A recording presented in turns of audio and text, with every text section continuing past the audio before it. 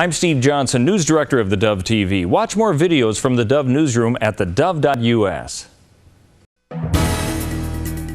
Good morning, I'm Steve Johnson with a reminder to get our app on your smartphone or tablet. You can also watch the Dove on our website or on our Roku channel. In the news today, a powerful earthquake has been felt across South Asia.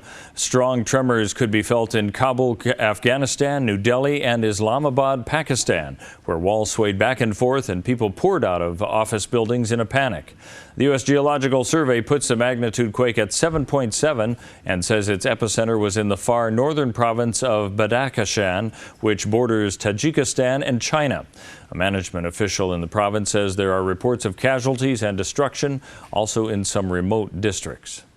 The flow of Syrians, Afghans, and others through the Balkans towards Western Europe continues unabated as European leaders gather in Brussels to try to work out a plan to deal with a massive influx.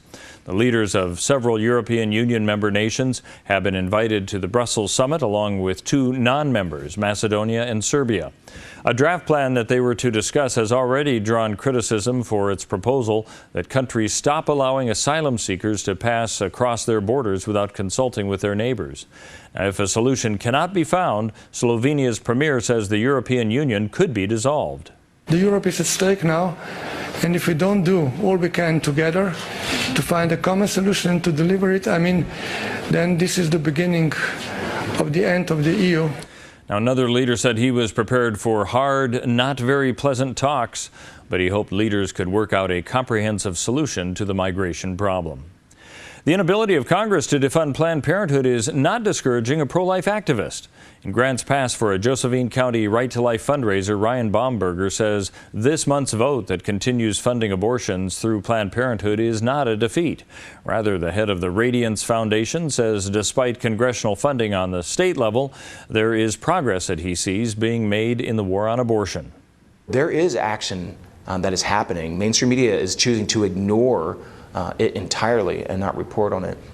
But these things take time. Remember, slavery wasn't abolished in a year, So these things do take time. Justice always takes time. And I would just encourage people to be patient. But while they're being patient, I think they need to be proactive. Even with a pro-abortion president, Baumberger says there are ways abortion funding can be reduced in the nation. He also anticipates changes in public funding of abortion after the 2016 presidential election. Popularity of cyclocross was in full gear over the weekend. The beginning of the Southern Oregon Outlaw Series began in Wairika Saturday with the final event of the Crush Series at Red Lily Vineyard Sunday in the Applegate Valley.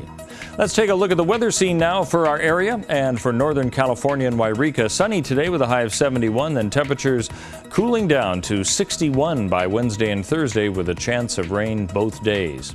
Moving into the Klamath Basin, 64 today, 65 tomorrow. Rain expected on Wednesday with a high of only 53 degrees.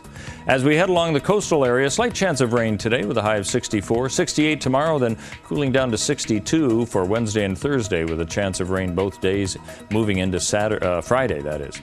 For the Bend area of Central Oregon, sunny today for the most part, a few clouds coming in, and 55. 61 tomorrow, then 53 for Wednesday and Thursday, with rain both days expected. And for Southern Oregon, 69 today and tomorrow, with fog lifting, and 63 on Wednesday, 62 on Thursday, good chance of rain both days. That's a look at news and weather. You're up to date with the latest here on the Dove.